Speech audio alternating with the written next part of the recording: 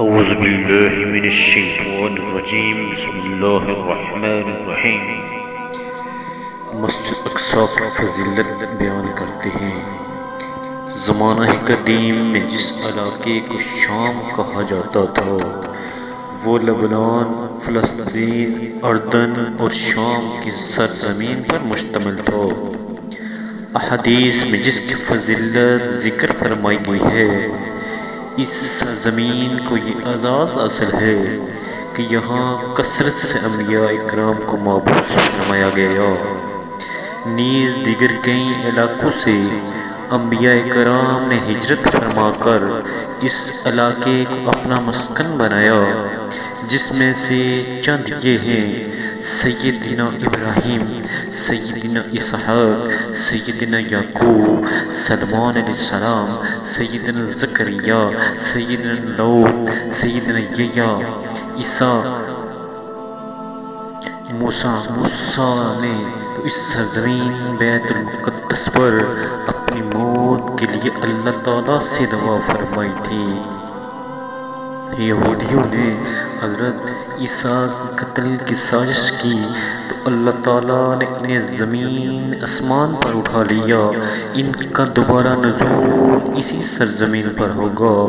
محمد رسول اللہ صلی اللہ علیہ وآلہ وسلم کی پیدائش اگرچہ مکہ میں ہوئی، لیکن معراج کے موقع پر آپ صلی اللہ علیہ وآلہ وسلم کو اس مقدس سرزمین یعنی مسجد اقصی بیت المقدس کی سیر کرائی گئی، جہاں آپ علیہ الصلوۃ والسلام نے تمام انبیاء اکرام کی امامت فرمائی اور معراج کی افتتاح یہی بیت المقدس یعنی مسجد اقصی سے کی ہوئی ہے۔ قرآن پاک میں اللہ تعالیٰ فرماتا ہے: سبحان الذی اسری بعبدہ لیلا المسجد الحرام والمسجد الاقصی۔ اللہ تعالیٰ کی ذات پاک ہے جو اپنے بندے محمد صلی اللہ علیہ وآلہ وسلم کو ایک ہی رات میں مسجد احرام سے مسجد اقصی تک لے گیا، جس کے آس پاس بھی ہم نے بڑی برکت رکھی ہے تاکہ ہم اپنے بندے محمد صلی اللہ علیہ وآلہ وسلم کو اپنی بعض نشانیاں دکھائیں۔ بلا شبہ وہ اللہ سننے والا، دیکھنے والا، بڑا مہربان ہے۔ اقصی کا معنی دور دراز کا ہے، چونکہ مسجد اقصی مسجد حرام اور مسجد نبوی سے کافی دور ہے، اس لیے اسے یہ نام دیا گیا۔ سورہ انبیاء میں ذکر فرمایا گیا: اور ہم ابراہیم اور لوط کو ان ظالموں سے نجات دے کر ایسی زمین کی طرف لے کر آئے جس میں ہم نے جہاں والوں کے لیے برکتیں کی ہیں۔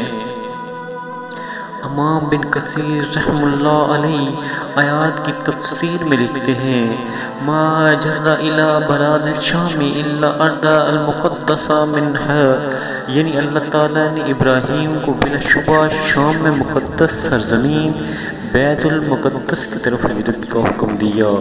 موسیٰ علیہ السلام نے اپنی قوم کو حکم دیا: اے میری قوم، اس مقدس پاک سرزمین میں داخل ہو جاؤ جو اللہ نے تمہارے لیے لکھ دی ہے، یعنی یہ مقدس سرزمین موسیٰ کو ماننے والے، ایمان لانے والے، ادب و احترام کرنے والے لوگوں کے لیے ہے، نہ کہ ان کے لیے جو بڑے فتنہ گر، عہد شکنی کرنے والے، آسمانی کتاب میں تحریف کرنے والے، حق کو چھپا